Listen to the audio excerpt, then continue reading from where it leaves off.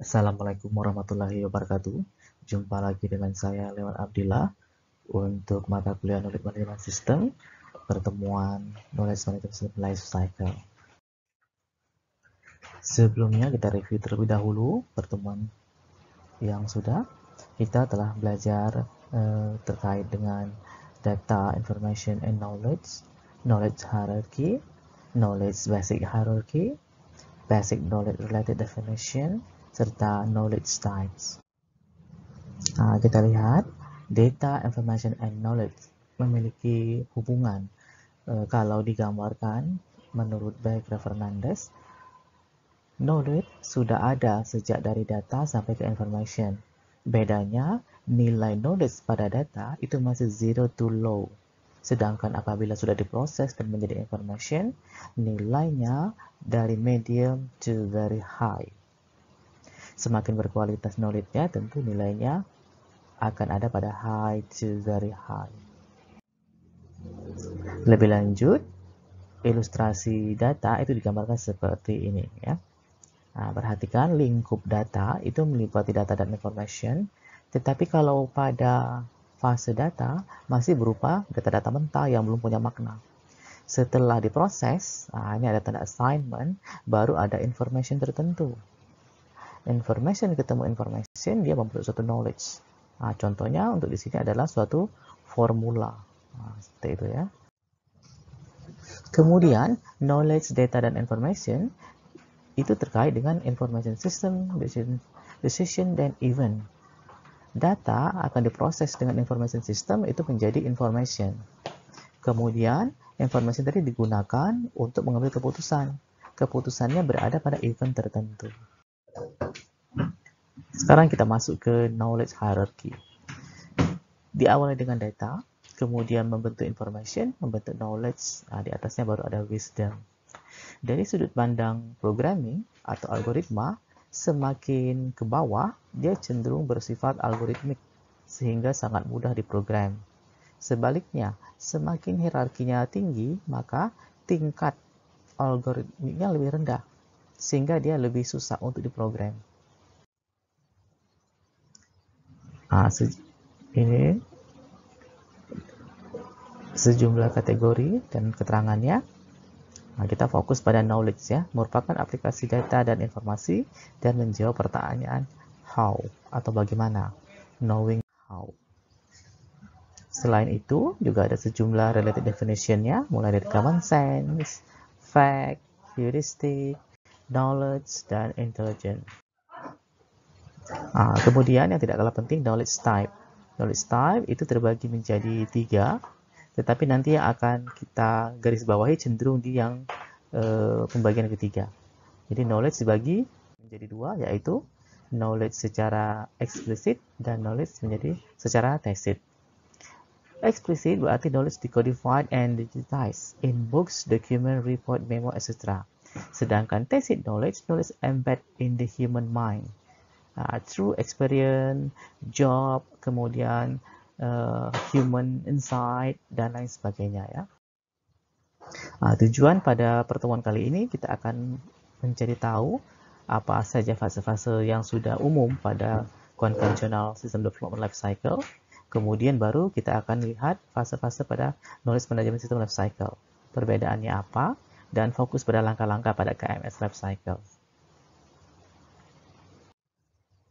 Ini agenda pada pertemuan kali ini, dimulai dari tantangan dalam membangun knowledge management system, perbandingan konvensional system life cycle dan KMS life cycle, kemudian user dan expert, kemudian stage KMS, nanti di akhir assignment.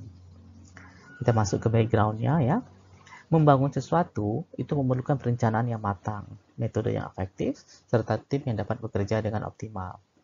Mirip dengan konvensional system, KMS juga memiliki daur ulang yang terdiri atas sejumlah tahapan atau fase. Pertama kita masuk dulu ke tantangan dalam membangun KMS. Yang pertama itu adalah culture ya. Apa culture itu? Di sini bagaimana membudayakan orang untuk share their knowledge. Gitu. Jadi itu tantangan utamanya adalah menggerakkan orang agar mau berbagi pengetahuannya. Yang kedua, harus ada kemampuan knowledge evaluation, nah, ya, menilai seberapa berharga informasi itu ya dalam suatu perusahaan. Kemudian yang tidak kalah pentingnya adalah reward system for knowledge who have generate the best knowledge. Jadi orang-orang yang berhasil menciptakan knowledge pada suatu perusahaan harus ada rewardnya, seperti itu ya. Dan nanti knowledge yang sudah ada itu perlu dievaluasi apakah dia masih cocok, masih berharga atau bagaimana.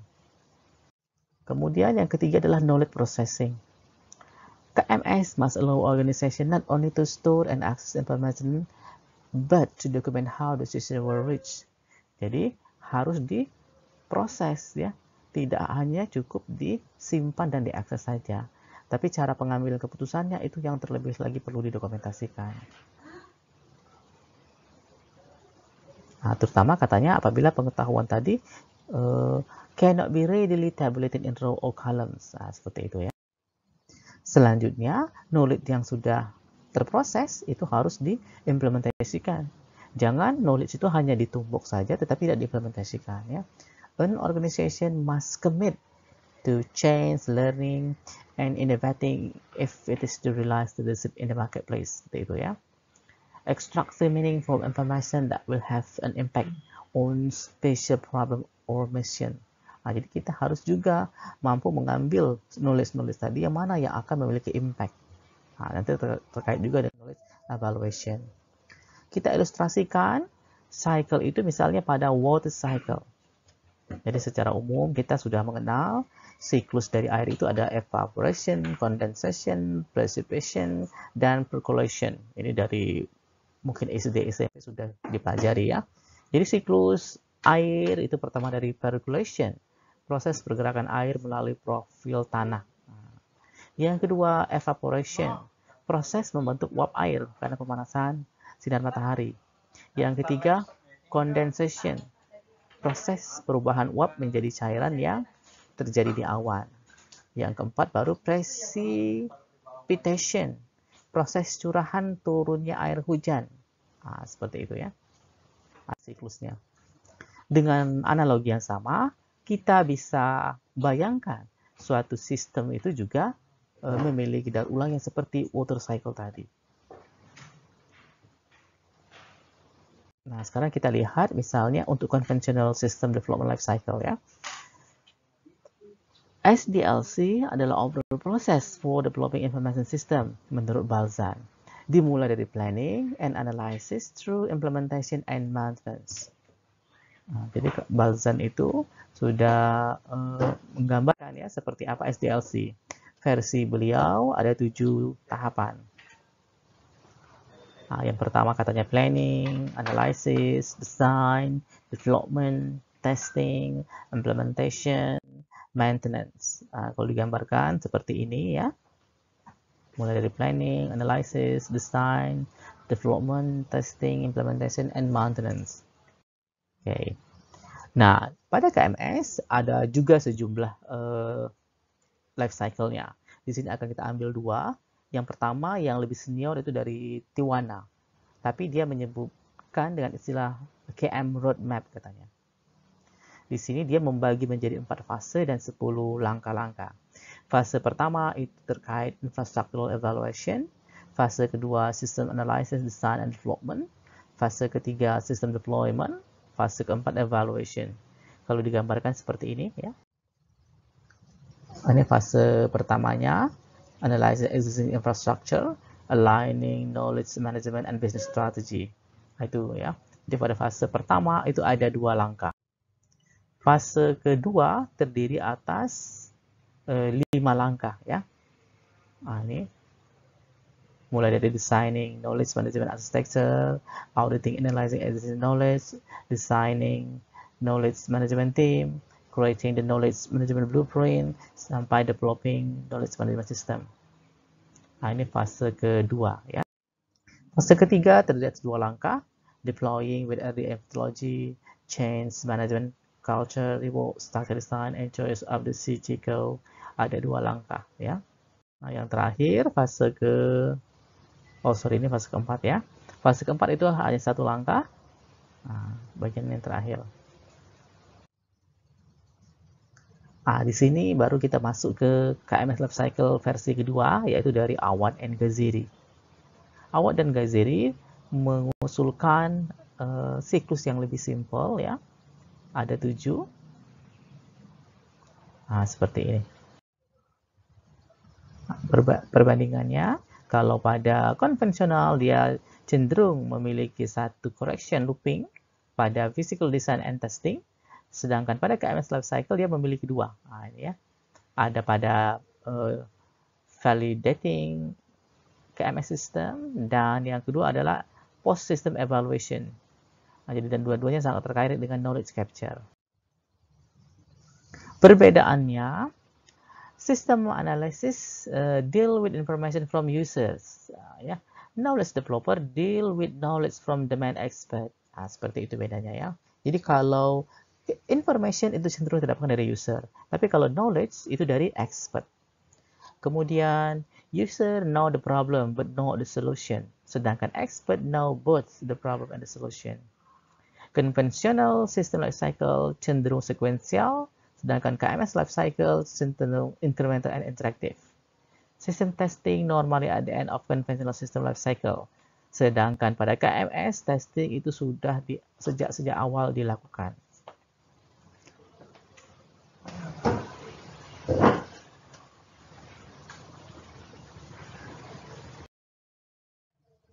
Namun demikian, juga ada lagi tambahan, ya.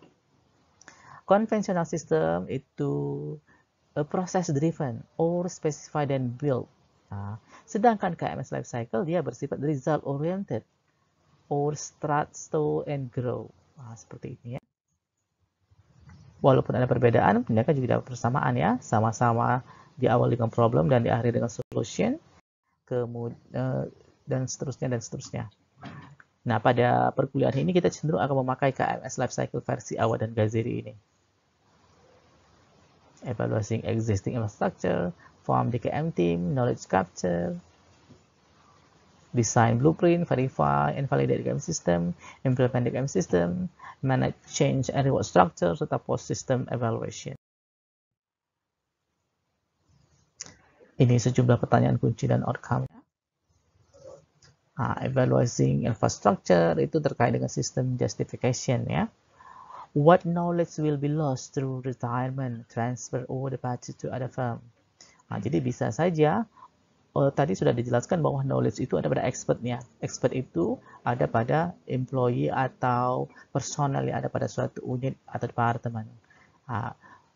Sejalan dengan waktu bisa saja mengalami retirement, artinya pensiun, sehingga karyawan yang tadinya expert sudah memegang keahlian pada bidang tertentu, itu sudah tidak lagi bekerja. Nah, itu perlu difikirkan.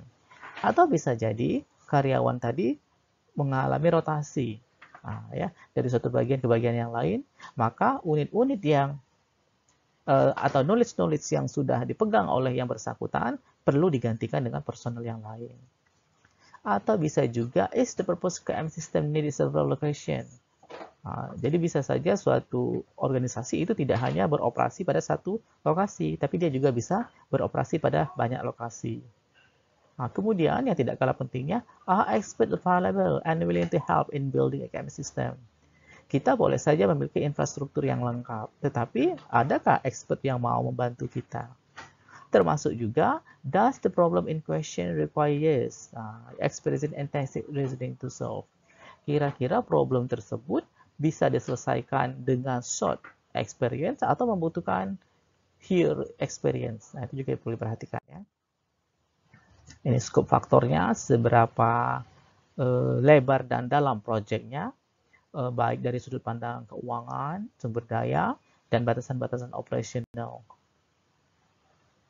Nah, usahakan proyek itu must be completed quickly enough for user to foresee its benefit. Jadi, kita bayangkan saja misalnya pada konstruksi bangunan. Walaupun bangunannya masih lama akan ada, tetapi orang sudah lebih dahulu menampilkan modelnya. Atau pada pagar penutupnya sudah kita beri gambaran. Walaupun itu bukan gambar yang sudah ada, tetapi yang bakal ada. Nah, hal-hal seperti itu memberikan motivasi bagi developer dan expert untuk menyegerakan project itu. Termasuk juga how current technology, teknologi terkini apa yang akan dipakai. Sedangkan peranan perencanaan strategiknya terkait dengan risky to plunge into KMS without strategy. Jadi harus ada strategi. Kita sebagai knowledge developer harus mempertimbangkan, yaitu visi, resource, and culture. Jadi tetap ada unsur leadership-nya, kemudian sumber daya yang ada, serta budaya pada organisasi itu. Kalau sudah, baru kita bentuk ya knowledge management team-nya. Identify the key stakeholder of the proposed KMS system. Keberhasilan tim pengembangan KMS itu sangat tergantung ya dari yang pertama apa? Ability team members. Jadi skill utamanya juga tetap ada. Team size juga menentukan, terutama pada pengembangan kompleks sistem.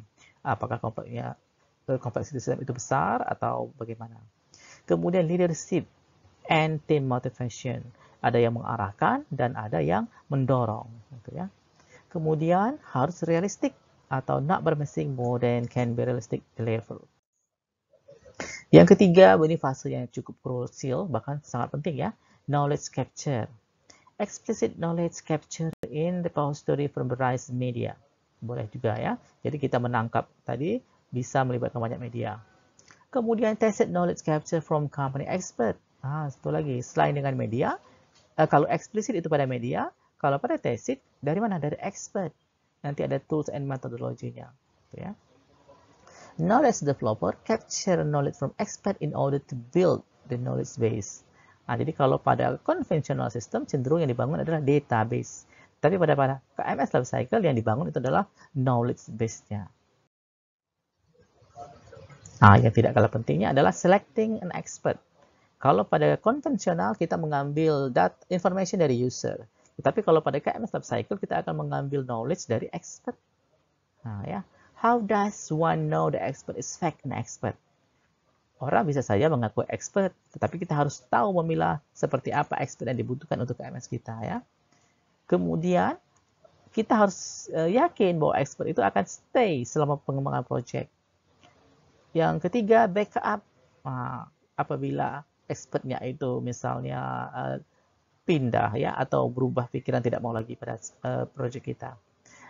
Kemudian juga, how could we know that is and what is not? Jadi kita harus tahu spesifik dari expert areanya, expertise-nya itu di bidang apa. Kalau sudah, baru desain knowledge management blueprint. Ini ada sejumlah masalah yang boleh digarisbawahi di sini ya. Scope-nya ya, dengan benefit yang realistik, kemudian decide on requirement system, key layers-nya, system information scalability terkait company IT infrastructure-nya. Kalau sudah, baru verify and validate KMS system. Ya, kita harus perhatikan verifikasi prosedurnya, meyakinkan bahwa sistemnya has the right function. Jadi fungsinya benar ya. Validation procedure, ensure that the system has the right output. Outputnya sesuai keinginan. Itu ya. Yang keenam baru implementation. Kita konversi new KMS into actual operation. Bisa melibatkan konversi data dan file, termasuk juga mungkin ada user training dan quality assurance. Jadi ada jaminan mutu ya. Yang dicek mulai dari error pada penalarannya, ambiguity, ketidaklengkapan, atau mungkin false representation. Kalau sudah berjalan, baru yang perlu diperhatikan adalah manage change and reward structure. Goal apa tujuannya? To minimize resistance to change, baik pada expert, regular employee atau users, atau bisa juga nanti muncul troublemaker. Kadang-kadang di suatu organisasi itu ada sebagian yang troublemaker ya. Dalam bentuk apa saja resistennya katanya? Bisa juga projection, penolakan, avoidance ya, atau dia mengabaikan ya, atau apa aggression. Itu yang lebih parah lagi, agresif ya. Bisa nanti dirusak sistem KMS-nya. Kalau ada perubahan change and reward structure, maka orang digiring untuk apa? Menyumbangkan knowledge-nya dan untuk menjalankan knowledge system yang kita kembangkan. Kalau sudah, baru post system evaluation. Biasanya sudah berlangsung 1 atau 2 periode ya. Bagaimana dampaknya terhadap orang-orang? prosedur, kinerja bisnis. Nah, areanya apa? Pengambilan keputusan, perilaku pengguna, serta biaya, knowledge processing and update. Oke, baru kita masuk ke kesimpulan. Jadi KMS Life Cycle itu memiliki sejumlah persamaan dan perbedaan dengan Conventional System Life Cycle. KMS memiliki 2 iterasi, sedangkan cenderung memiliki 1 iterasi. Pada KMS Life Cycle diistilah Knowledge Developer dan Expert. Oke, untuk assignment-nya, Anda per kelompok diminta untuk browse harus 2 KMS Life Cycle selain dari KM Roadmap Tiwana dan KMS Life Cycle Awak dan Geziri. Silakan dicari, kemudian dilengkapi dengan gambar, tambahkan referensinya, save di Word, seperti template berikut, store di Dropbox, baru nanti di paste URL-nya di assignment submission kita. Ini referensi yang terpakai pada pertemuan kali ini.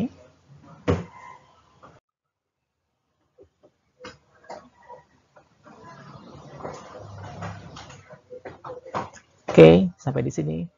Semoga berhasil, semoga berguna. Salam sehat, salam sejahtera selalu. Wassalamualaikum warahmatullahi wabarakatuh.